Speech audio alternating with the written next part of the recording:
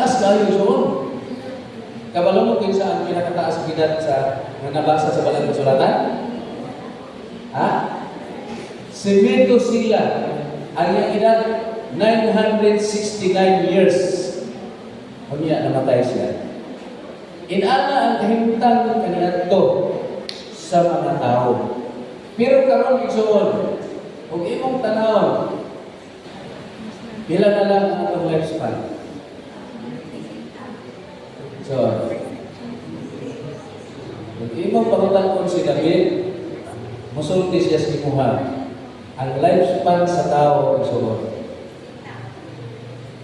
Niya din ni Salmo 90, versikulo 10. Ang mga adlaw sa among panuingon may kapituang katuig, 70 years. Kung bisan tungod sa kabaskog, may kawaluan katuig, abot ka 80 years. O abot ka 80 anyos sa grace period na nakikita sa Ginoo nato. Karon sa atong mga sistema. So, ang minimum nga edad sa tao, ingon ni Hari David, pila? 70. Kada mga 65, ang edad, maguna-una na ta. Mga nag-ingon na nga, pastila, no?